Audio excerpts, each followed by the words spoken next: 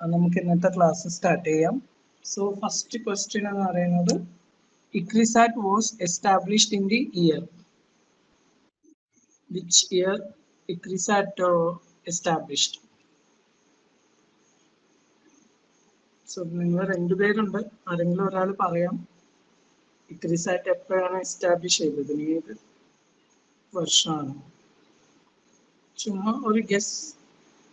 Okay, answer എന്ന് പറയുന്നത് 1972 ആണ്. 1972 ആണ് ICRISAT എസ്റ്റാബ്ലിഷ് ആയത്. Next question, consider A cross where some offspring in a generation have genotype.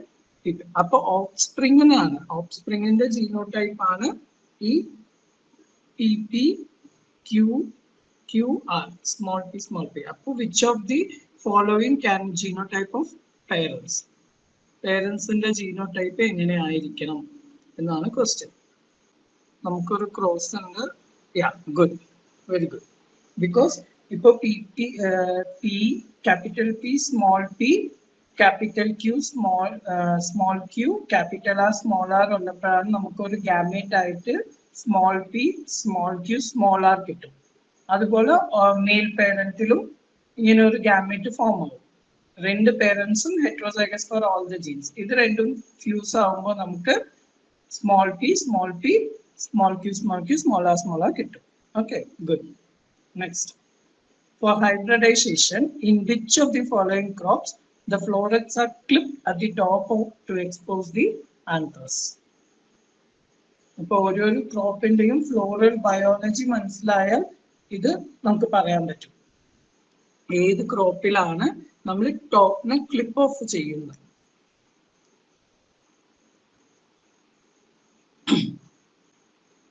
Barley ആണോ, ജൂട്ട് ആണോ, സൺഹെംപ് ആണോ, സൺഫ്ലവർ ആണോ?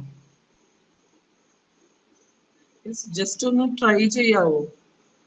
ഇതുപോലെ സിമിലർ ക്രോപ്പിൽ നമ്മൾ പഠിച്ചിട്ടുണ്ട്. ക്ലിപ്പിംഗ് മെത്തേഡ്, ഇമാസ്കുലേഷൻ നിങ്ങൾ കേട്ടിട്ടുണ്ടാവും.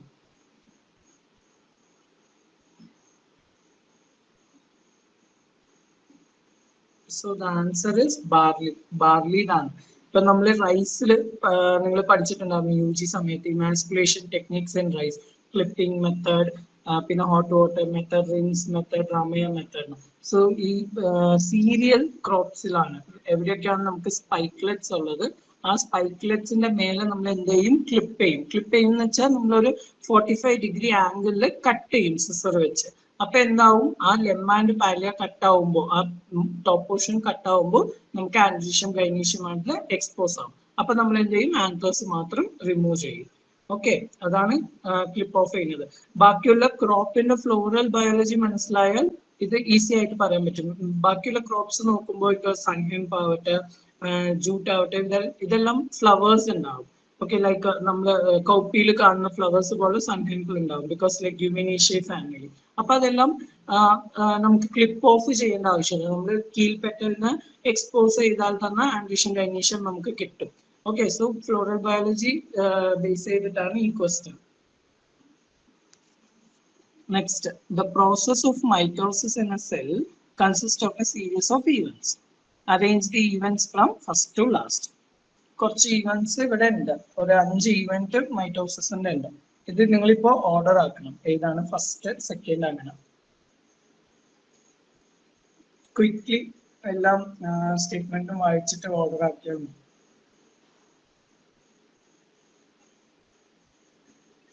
എല്ലാവരും ഒന്ന് ട്രൈ ചെയ്യണേ. ആൻസർ വരും അപ്പൊ നമുക്ക് പഠിക്കാം എന്ന് വേണ്ട. നിങ്ങൾ ഓരോരോ കാര്യം ട്രൈ ചെയ്യുക, തെറ്റായാലും കുഴപ്പമില്ല.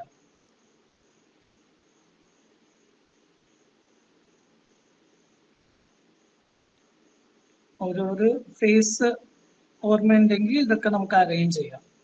Interface, prophase, metaphase, anaphase, telophase, അത് ബേസ് ചെയ്തിട്ട് ഇത് അറേഞ്ച് ചെയ്താൽ ശരിയാവും.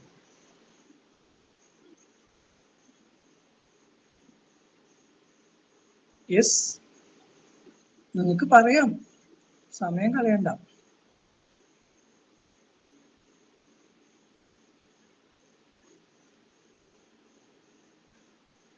ഒരു ഗസ്സും ഇല്ല. ഓക്കെ, ഞാൻ പറയാം. ആൻസർ 2 ആണ്. ഓക്കെ, സോ ഇങ്ങനെയുള്ള സ്റ്റേറ്റ്മെന്റ് ക്വസ്റ്റ്യൻസ് ഒക്കെ വരുമ്പോൾ ആദ്യം തന്നെ നിങ്ങൾ ചില ഓപ്ഷൻസിനെ എലിമിനേറ്റ് ചെയ്യാൻ നോക്കണം. ഇപ്പൊ ഓപ്ഷൻ 1 നോക്കുമ്പോൾ ഇ ആണ് ലാസ്റ്റ് കാണിക്കുന്നത്, അതായത് nuclear membrane breaks down and spindle structure. അതെല്ലാം അത് പ്രൊഫേസിൽ നടക്കുന്നതാണ്. ഡിവിഷൻ ഓഫ് സൈറ്റോപ്ലാസം എന്ന് നടക്കുന്നത് ടീലോഫേസ് കഴിഞ്ഞിട്ടാണ്. അപ്പൊ എന്തായാലും ന്യൂക്ലിയർ മെംബ്രെയിൻ അത് ലാസ്റ്റ് ആയിരിക്കില്ല. അപ്പൊ എലിമിനേറ്റ് ചെയ്തിട്ട് ബാക്കി 3 നോക്കണം. അങ്ങനെ സോൾവ് ചെയ്യാൻ നോക്കണം. ഓക്കെ, എന്നാലേ ക്വിക്ക് ആയിട്ട് നമുക്ക് സോൾവ് ചെയ്യാൻ പറ്റും. അപ്പൊ ഇതിന്റെ ആൻസർ എന്ന് പറയുന്നത് 2 ആണ്. ആദ്യം ന്യൂക്ലിയർ മെംബ്രെയിൻ ബ്രേക്ക് ചെയ്തിട്ട് സ്പിൻഡിൽ ഫൈബർ സ്ട്രക്ചർ ഫോം ആവും. ഇതാണ് പ്രൊഫേസിൽ നടക്കുന്നത്. അത് കഴിഞ്ഞിട്ട് സെൻട്രോമിയർ എല്ലാം സ്പിൻഡിൽ ഫൈബറുമായിട്ട് ഇന്ററാക്ട് ചെയ്യും. അതായത് സ്പിൻഡിൽ ഫൈബർ ചെന്ന് സെൻട്രോമിയറിൽ ഇതാവും, അറ്റാച്ച് ആവും. അതാണ് സെക്കൻഡ് നടക്കുന്നത്. അത് കഴിഞ്ഞിട്ട് ഈ സ്പിൻഡിൽ ഫൈബർ അറ്റാച്ച് ആയ ശേഷം മെറ്റാഫേസ് വരുമ്പോൾ അതെല്ലാം ഇക്വറ്റോറിയൽ റീജിയനിൽ അറേഞ്ച് ആവും. പിന്നെ സിസ്റ്റർ ക്രോമാറ്റിഡ്സ് അനാഫേസ് വരുമ്പോൾ സിസ്റ്റർ ക്രോമാറ്റിഡ്സ് ഓപ്പോസിറ്റ് പോളിലേക്ക് പോകും. അവസാനം ഡിവിഷൻ ഓഫ് സൈറ്റോപ്ലാസം നടക്കും. ഓക്കെ, ഇതാണ് series of event happens. Next, which of the following constitutes genetic emasculation? ഇതിൽ കുറച്ച് സ്റ്റെബിലിറ്റി സിസ്റ്റംസ് പറഞ്ഞിട്ടുണ്ട്. ഇതിൽ which end of genetically control അല്ലെങ്കിൽ ജനറ്റിക് ഇമാസ്കുലേഷൻ സിസ്റ്റം എന്നാണ് ചോദ്യം. ഇതൊക്കെ ഈസി ക്വസ്റ്റ്യൻസ് അല്ലേ?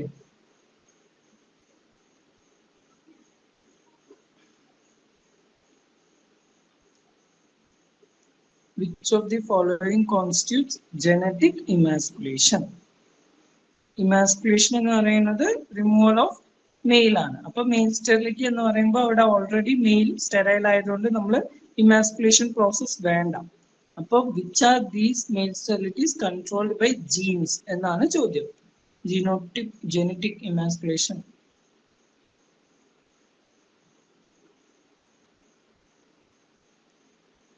Okay, answer is A, B, C. But genetic male sterility, transgenic male sterility, cytoplasmic genetic male sterility. ഇത് മൂന്നും genetically controlled ആണ്. Genes ആണ് അത് കൺട്രോൾ ചെയ്യുന്നത്.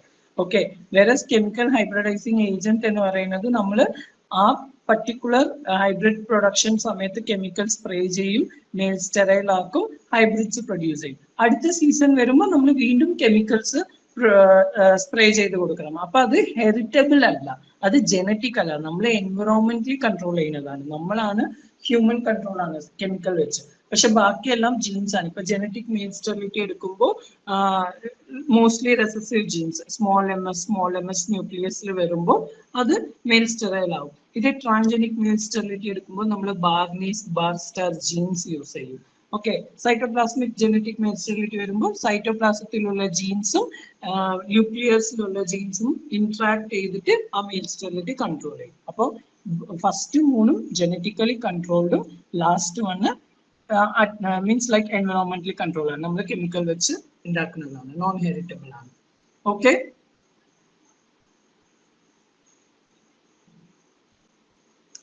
Next, match the following. Please ഒന്ന് ആക്റ്റീവായിട്ട് ചെയ്യണേ. നിങ്ങളിപ്പോ ഇതെല്ലാം സോൾവ് ചെയ്യുമ്പോൾ കുറെ പഠിക്കാം. ജേർപ്ലാസം കൺസർവേഷനിൽ which is the best match നോക്കണം. അപ്പോൾ അതിലൊന്ന് തുടങ്ങണം.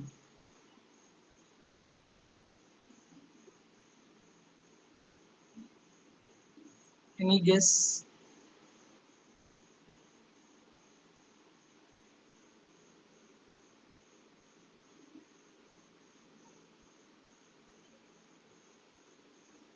Yes. Answer is 3. Okay, germplasm conservation എന്ന് പറയുമ്പോൾ നമുക്ക് ഡിഫറെന്റ് കൺസർവേഷൻ ഉണ്ട്. ഇൻസിറ്റീവ് കൺസർവേഷൻ ഉണ്ട്, എക്സിറ്റീവ് കൺസർവേഷൻ ഉണ്ട്, ക്രയോ പ്രിസർവേഷൻ ഉണ്ട്. അപ്പോൾ ജേർപ്ലാസം കൺസർവേഷൻ അത്. നെക്സ്റ്റ്, ക്ലോണൽ ഡീജനറേഷൻ എന്ന് പറയുന്നത് ഈ ക്ലോൺ ക്രോപ്സിൽ loss of vigour and viability ആവുന്നത്. ഓക്കെ, അത് because of viral infection, mutation, അത് കാരണം ക്ലോണലിൽ ഈൽഡ് കുറയാൻ ചാൻസ് ഉണ്ട്. അതിപ്പോ ക്ലോണൽ ഡീജനറേഷൻ എന്ന് പറയുമ്പോൾ വൈറസ് ഇൻഫെക്ഷനും മ്യൂട്ടേഷനും. പിന്നെ DMSO എന്ന് പറയുന്നത് ഒരു കെമിക്കൽ ആണ്, അത് നമ്മൾ ക്രയോ പ്രൊട്ടക്റ്റന്റ് ആയിട്ട് യൂസ് ചെയ്യും ക്രയോ പ്രിസർവേഷനിൽ. പിന്നെ വൈറസ് എലിമിനേഷന് വേണ്ടി നമ്മൾ ക്രയോ തെറപ്പി ചെയ്യും. നെക്സ്റ്റ്, അസേർഷനും റീസണും. ആദ്യം അസേർഷൻ വായിക്കുക, അത് ശരിയാണോ നോക്കണം. പിന്നെ റീസൺ വായിക്കണം, അത് ശരിയാണോ നോക്കണം. പിന്നെ റീസൺ ആണോ അസേർഷനിലുള്ളത് നോക്കണം. ആ റീസൺ ശരിയാണോ അസേർഷൻ എന്നുള്ളത് നോക്കണം. ഓക്കെ, അപ്പൊ ഇവിടെ അസേർഷൻ എന്ന് പറയുന്നത് meiosis is a reductional division. Okay, പിന്നെ in meiosis the chromosome number is reduced from diploid to haploid. അത് കാരണമാണ് അതിനെ നമ്മൾ റിഡക്ഷൻ ഡിവിഷൻ എന്ന് പറയുന്നത്.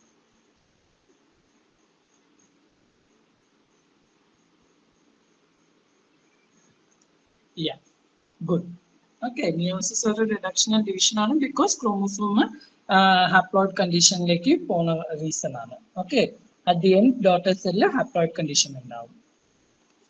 നെക്സ്റ്റ് രണ്ട് സ്റ്റേറ്റ്മെന്റ് ഉണ്ട്, അസേർഷനും റീസണും ആയിട്ട്. അപ്പൊ അത് കമ്പയർ ചെയ്യാം. ICAR Indian Institute of Sugarcane Research is located at Coimbatore. ICAR National Bureau of Plant Genetic Resources is located at New Delhi.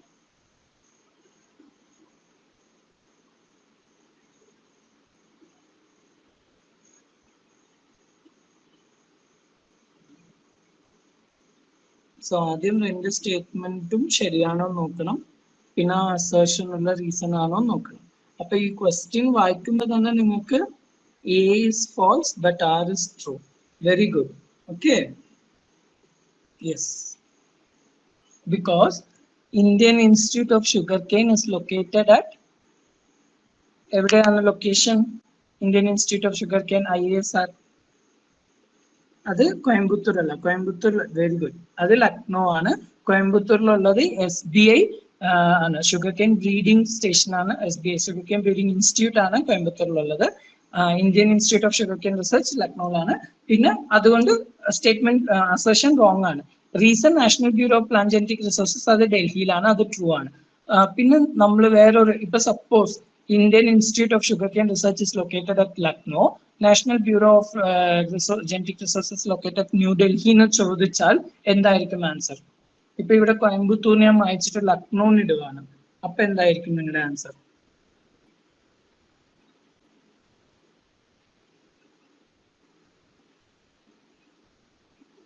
Yes, ഇപ്പൊ ഇവിടെ കോയമ്പത്തൂർ ഉണ്ട്, ആ കോയമ്പത്തൂർ ഞാൻ മാറ്റിയിട്ട് ലക്നോന്ന് ഇടാം. അപ്പോ what will be the answer? എന്തായിരിക്കും?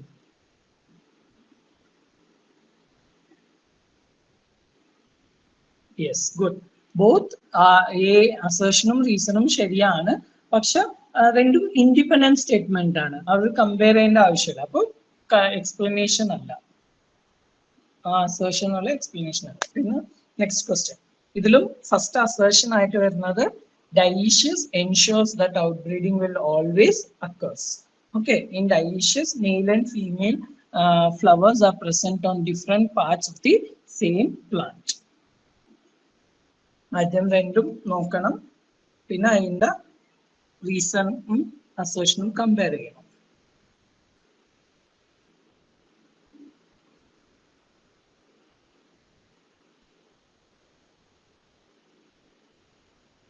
Very good. ഓക്കെ, ശരിയാണ്. dioecious ensures outbreeding. outbreeding എന്ന് വെച്ചാൽ ക്രോസ് പോളിനേഷൻ ആണ്, അത് ശരിയാണ്. dioecious എന്ന് പറയുന്നത് ഒരു ക്രോസ് പോളിനേഷന്റെ മെക്കാനിസം ആണ്.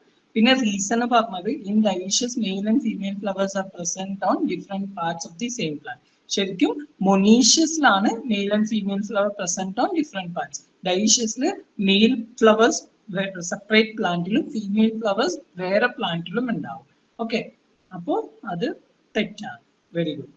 Next, multiple factor hypothesis explains the inheritance of which type of traits the multiple factor hypothesis governs? Very good. Quantitative traits may explain ചെയ്യുന്നതാണ് multiple factor hypothesis. Okay, in multiple factor hypothesis what is the effect of additive alleles? നമുക്കറിയാം multiple factor ഹൈപ്പോത്തസിസിൽ additive alleles ആണ്, they show cumulative effect ആണ്. So what is the very good, the intensity. Okay, നമ്മൾ example ആയിട്ട് Nelson ഹെലന്റെ പഠിച്ചിട്ടുണ്ടായിരുന്നു. Okay, അതിൽ ഓരോരോ dominant അലീൽ കൂടുന്തോറും intensity of red colour കൂടും. Good. Next, which are the key features of multiple factor hypothesis? ഇവിടെ കുറച്ച് statements ഉണ്ട്. അത് which are the key features അല്ലെങ്കിൽ ട്രൂ സ്റ്റേറ്റ്മെന്റ്സ്, കറക്റ്റ് സ്റ്റേറ്റ്മെന്റ്സ് എന്ന് പിക്ക് ചെയ്താൽ മതി.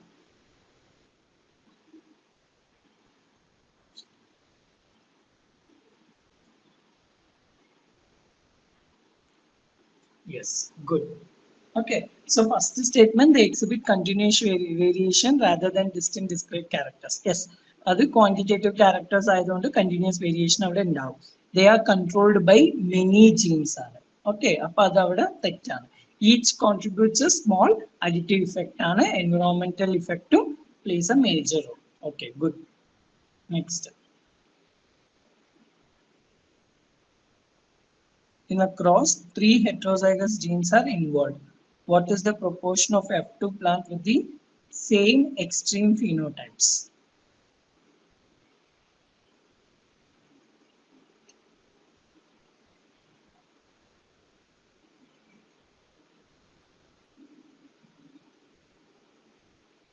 മൂന്ന് heterozygous genes ഉള്ള cross ആണ്. Okay. For let us consider capital A small a, capital B small b, capital C small c crossed with capital A small a, capital B small b, capital C small c. അപ്പോൾ ഇങ്ങനെയുള്ള ക്രോസിൽ extreme ഫിനോടൈപ്സിന്റെ proportion ആണ് ചോദിക്കുന്നത്.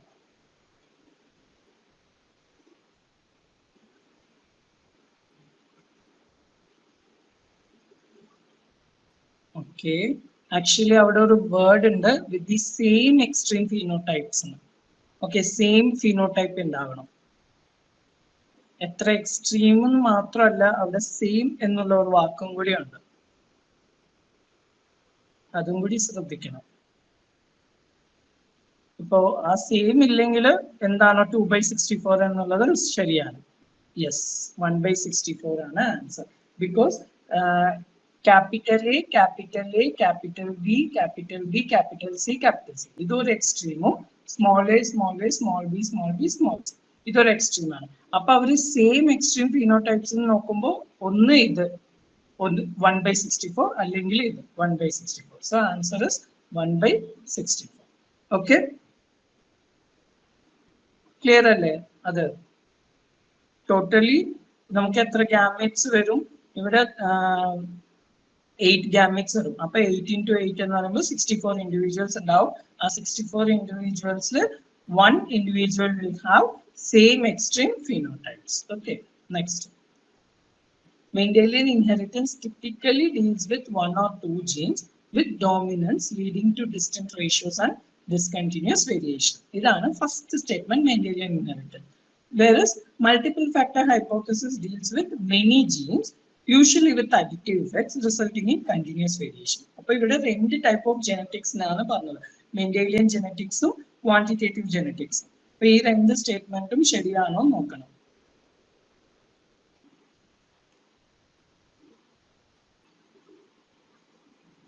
Yes, ഇപ്പൊ ഒരാളേ ഉള്ളൂ, അപ്പൊ അതുകൊണ്ട് yes ശരിയാണ്, രണ്ടും ശരിയാണ്. Mendelian inheritance one of few genes ആണ് നമ്മൾ എടുക്കുന്നതും പിന്നെ അത് ഡോമിനൻസ് റിലേഷൻഷിപ്പ് കാണിക്കും, ഡിസ്കണ്ടിന്യൂസ് വേരിയേഷൻ ആയിരിക്കും. മറ്റത് മെനി ജീൻസും അഡിറ്റീവ് എഫക്ട്സ് കറക്റ്റ് ആണ്. ഓക്കെ, രണ്ട് സ്റ്റേറ്റ്മെന്റും ശരിയാണ്. Next, in the F2 generation of cross involving 2 pairs of factors, okay, controlling kernel color of wheat, what is the proportion of light red kernels?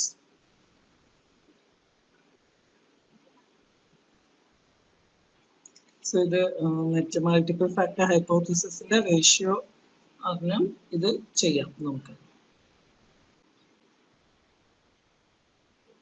Yes, 2/8 ആണ്. Because the ratio is 1:4:6:4:1. അപ്പോൾ 4 ആണ് light red ഉണ്ടാവുക. Okay, അപ്പോൾ 4 divided by 16 അത് solve ചെയ്യുമ്പോൾ 2/8. Good. Next, what is the F2 ratio of red to white kernels when two pairs are involved, showing cumulative effect. Red to white ratio. Same multiple factor hypothesis. No. F2 red അവര് mention ചെയ്തിട്ടില്ല ഏത് red ആണ്, dark red ആണോ light red ആണോ, അതൊന്നും mention ചെയ്തിട്ടില്ല.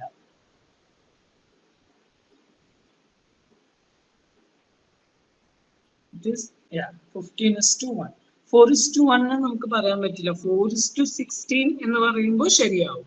പക്ഷെ ഇത് 15:1 ആണ്. 4:16 അല്ല, 4:12 അങ്ങനെ എന്തെങ്കിലും വന്നാൽ. ബട്ട് ശരിക്കുള്ള ആൻസർ അവർ റെഡിന് മാത്രമാണ് ചോദിച്ചിട്ടുള്ളത്, സ്പെസിഫൈ ചെയ്തിട്ടില്ല. ലൈറ്റ് റെഡ് ആണോ, ഡാർക്ക് റെഡ് ആണോ, മീഡിയം റെഡ് ആണോ, പെയിൽ റെഡ് ആണോ, അതൊന്നും മെൻഷൻ ചെയ്യാത്ത കാരണം we have to consider as 15:1.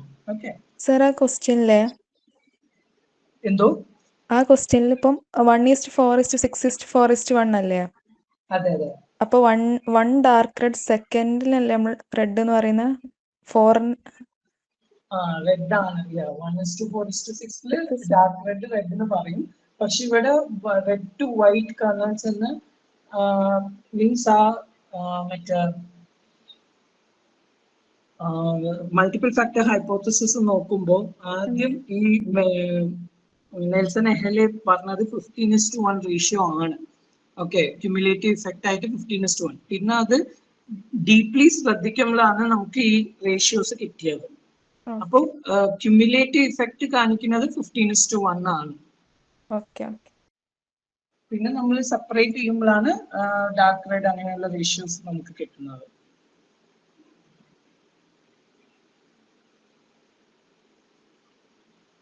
If an X-linked recessive disorder, Hardy-Weinberg law, the incidence in male is equal to 1/100, then the expected incidence of affected females.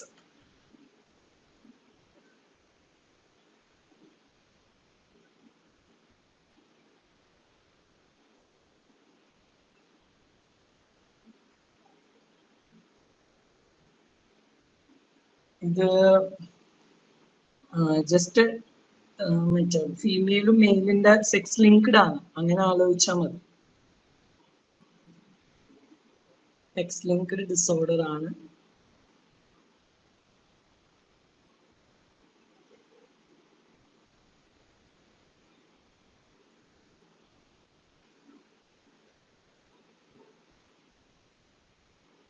So answer is 3 because male XY ആണ്. അപ്പൊ XY കണ്ടീഷനിൽ 1/100 ആണെങ്കിൽ homozygous female എന്ന് പറയുമ്പോൾ XX condition ആയിരിക്കും. അപ്പോ 1/100 whole square will become 1/10,000. Okay. Next. If the value of phenotypic and environmental variance are 6.8 and 1.2 respectively, calculate broad sense heritability. For broad sense heritability ഇത് നോക്കിയാൽ മനസ്സിലാവും ഫോർമുല.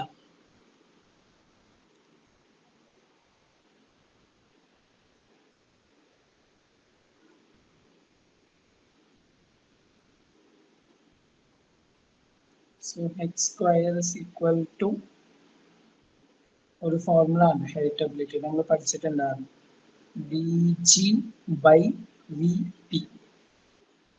ഇത് ജീനോട്ടിപ്പിക് വേരിയൻസും ഇത് phenotypic വേരിയൻസും.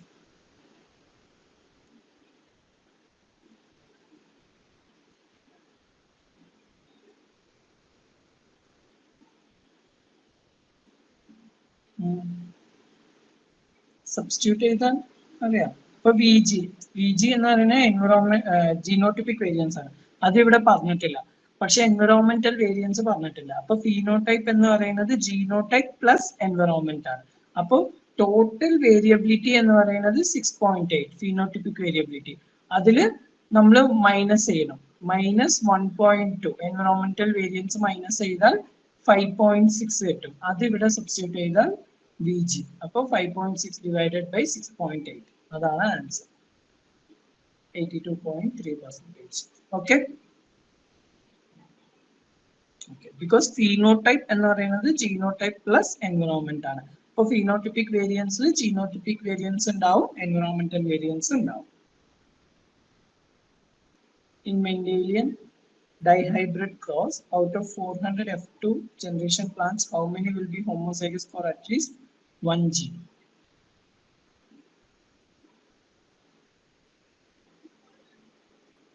Yes, at least one gene homozygous condition ഉണ്ടാവും. അതാണ് rule.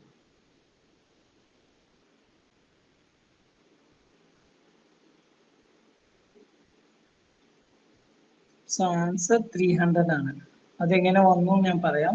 ഇതിപ്പോ ക്വസ്റ്റ്യനിൽ at least one gene ആണ്. അപ്പൊ ഈ ഡയഗണലിലുള്ള ഹെട്രോസൈഗറ്റ് മാത്രമായിരിക്കും രണ്ട് ജീനും ഹെട്രോസൈഗസ് കണ്ടീഷൻ. ബാക്കിയുള്ള കണ്ടീഷൻസിലെല്ലാം at least one will be homozygous ആണ്. ഓക്കെ, അതുകൊണ്ടാണ് 300 വന്നത്.